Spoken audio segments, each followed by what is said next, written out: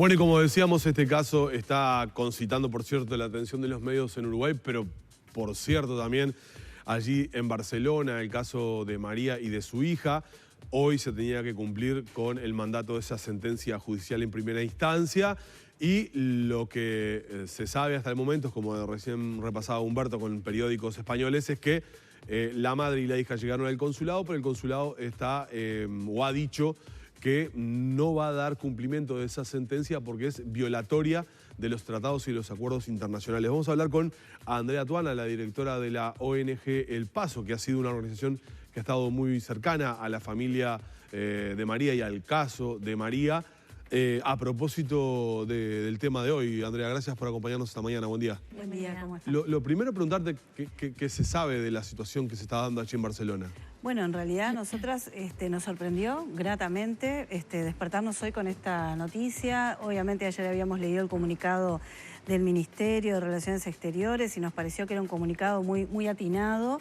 De alguna manera mostraba que había una improcedencia en el actuar de la justicia española, pero bueno, tampoco sabíamos que se iba a producir esta postura de que el consulado no iba a entregar a la niña, ¿no?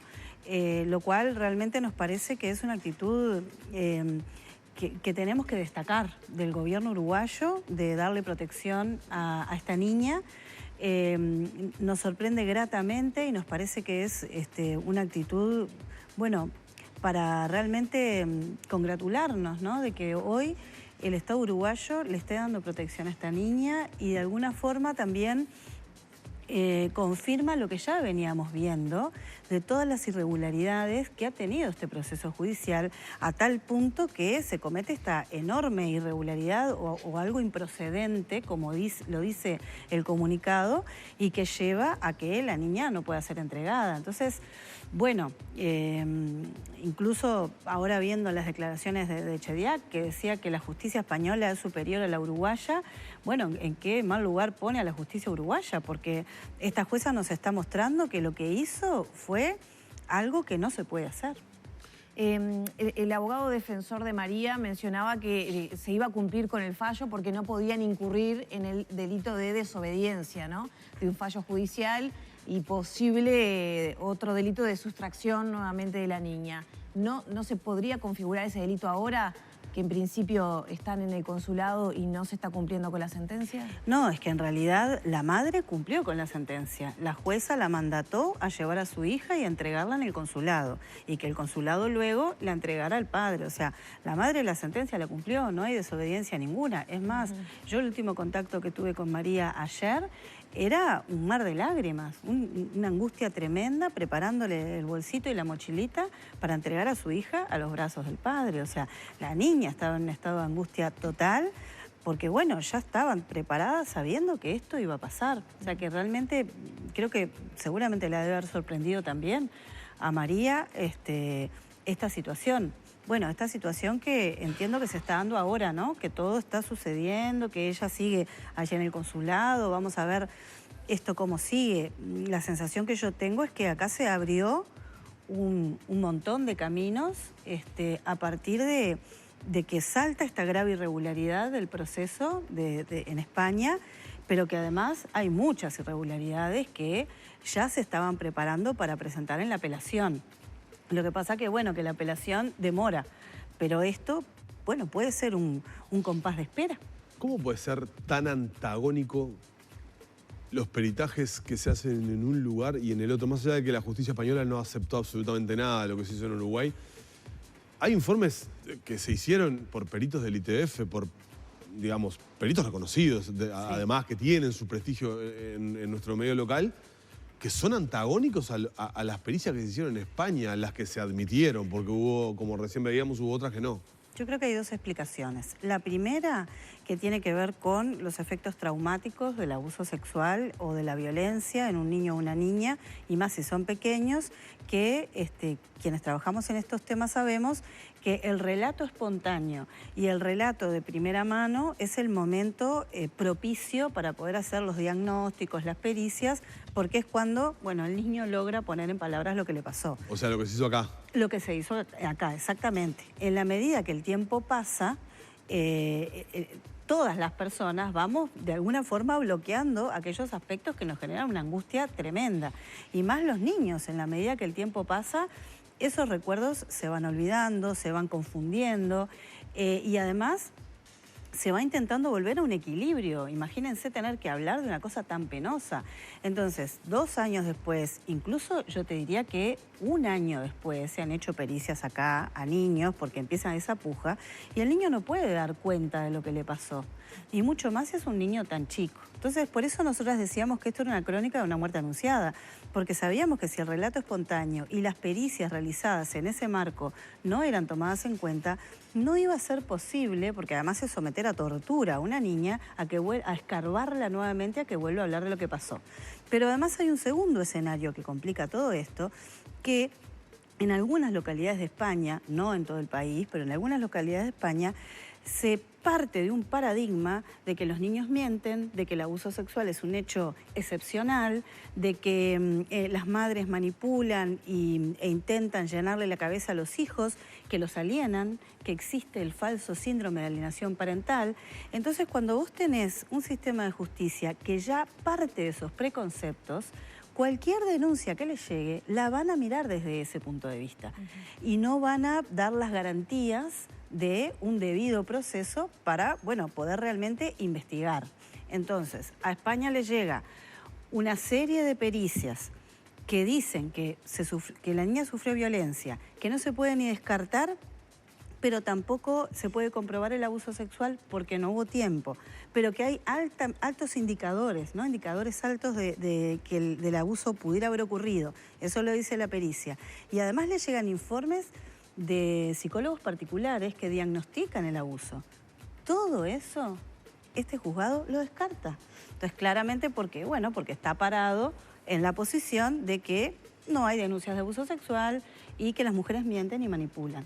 Esto es lo que tú decís por un lado, pero ¿por qué no puede haber sido un invento de la madre, como afirman y sostienen muchos, para separar a la niña del padre?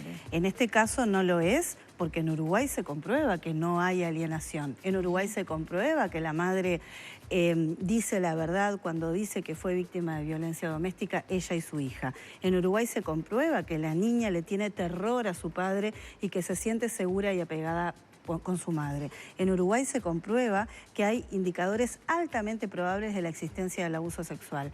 No se dice en Uruguay que no sabemos, acá hay una madre que tiene algunos rasgos de manipuladores, quizás esto pueda ser, quizás pueda ser verdad, quizás pueda ser una alienación.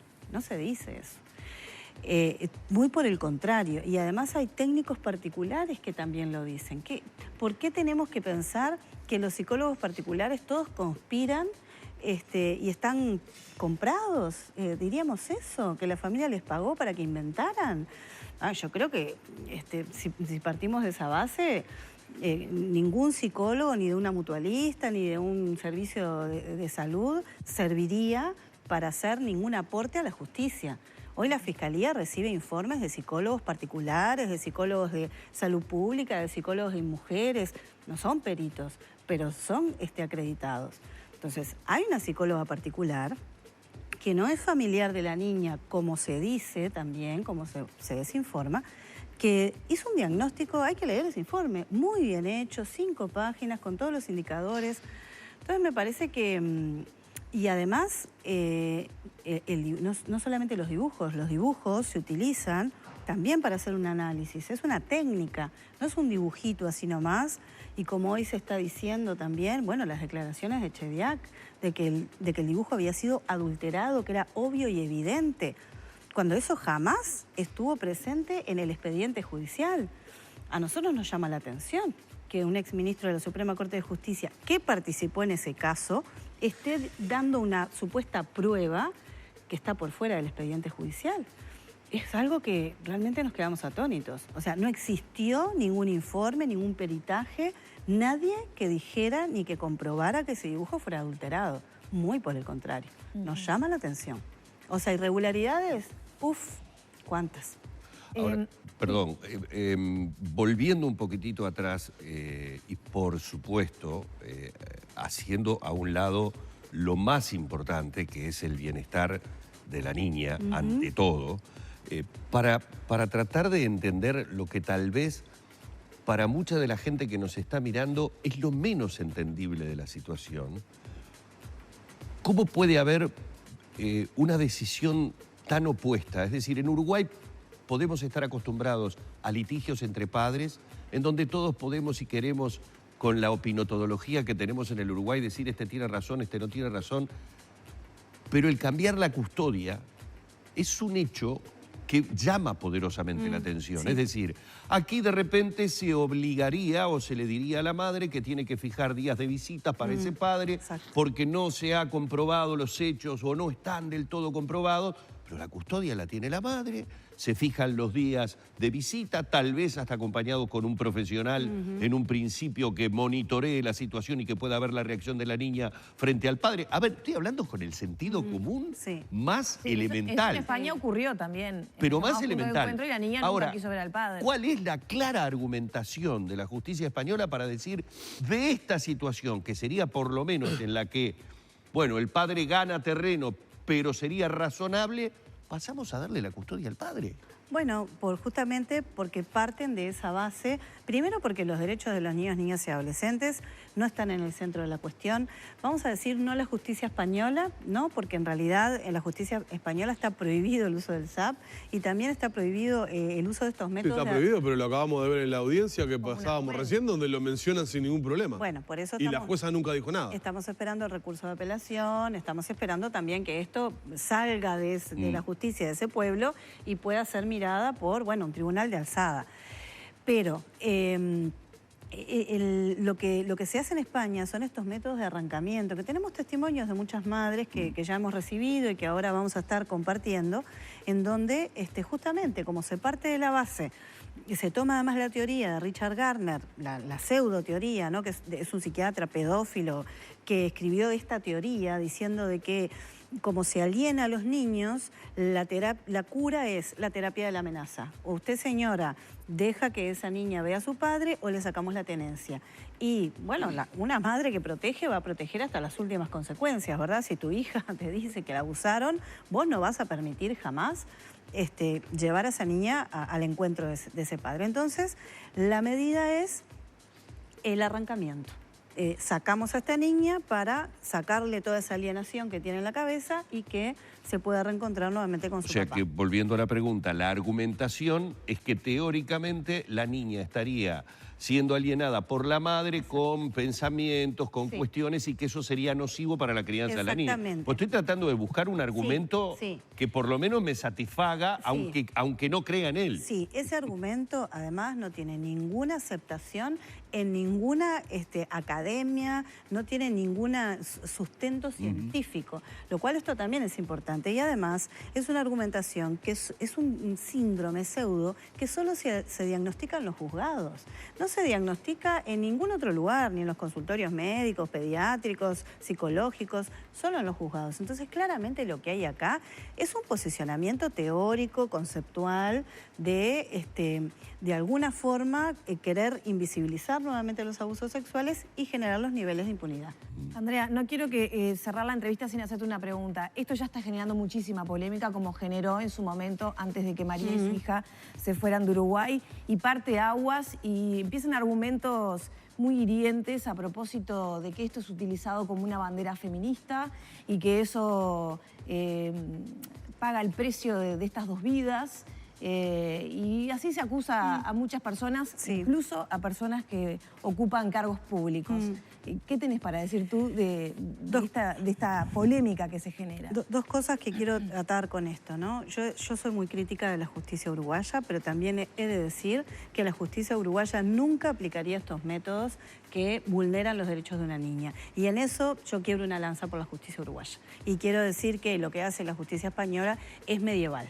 Son métodos realmente salvajes y medievales. Y lo otro que quiero decir es que evidentemente acá también hay una puja de maneras de mirar el mundo y la vida. Yo creo que esas críticas hoy en el día de hoy es difícil ver personas que se alegren con que hoy se iba a arrancar una niña de los brazos de su madre. Es muy difícil. Son pocas las personas mirando las redes sociales que tienen esta postura. y prácticamente yo no he visto profesionales aplaudiendo esto. Entonces, también uno ve que en nuestro país, si bien podemos tener posturas distintas, discusiones acaloradas, estar en puntos de vista distintos, creo que compartimos la gran mayoría de las personas que hay límites que no se pueden cruzar y que acá en el centro tiene que estar puesta la niña. Muchos de los que critican esto también, no olvidemos, ¿no? Son abusadores, son violentos que quieren agua para su molino y que quieren en definitiva volver a tener a sus hijos, que están separados de sus hijos por medidas cautelares. La justicia uruguaya protege a esos niños.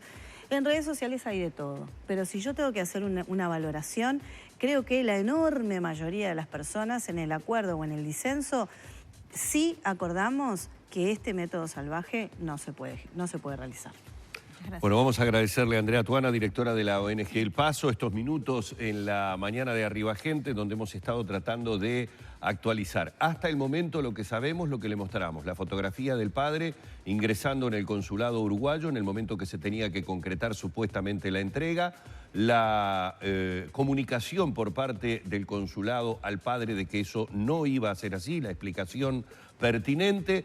La iniciación aparentemente de la comunicación por parte del padre hacia el juzgado de que la orden no se estaba llevando adelante y hasta el momento ninguna otra novedad. El consulado uruguayo se mantiene en su posición de que no va a entregar a la niña, amparado obviamente en todas las explicaciones que hemos dado anteriormente. Habrá que esperar en los próximos minutos, en las próximas horas qué sucede, porque les recuerdo a ustedes que hasta el propio comunicado de Cancillería habla de la posibilidad de la intervención policial, que fue lo que Cancillería entendió ya un verdadero atropello. Porque la sentencia judicial le dice a los dice, mozos de escuadra que si no hay una entrega, vayan y la agarren. Exacto. ¿Cómo va a entrar a un consulado? Exactamente. Habrá que esperar. Gracias, Andrea, nuevamente. Vamos cerrando por aquí la entrevista con Andrea Tuana.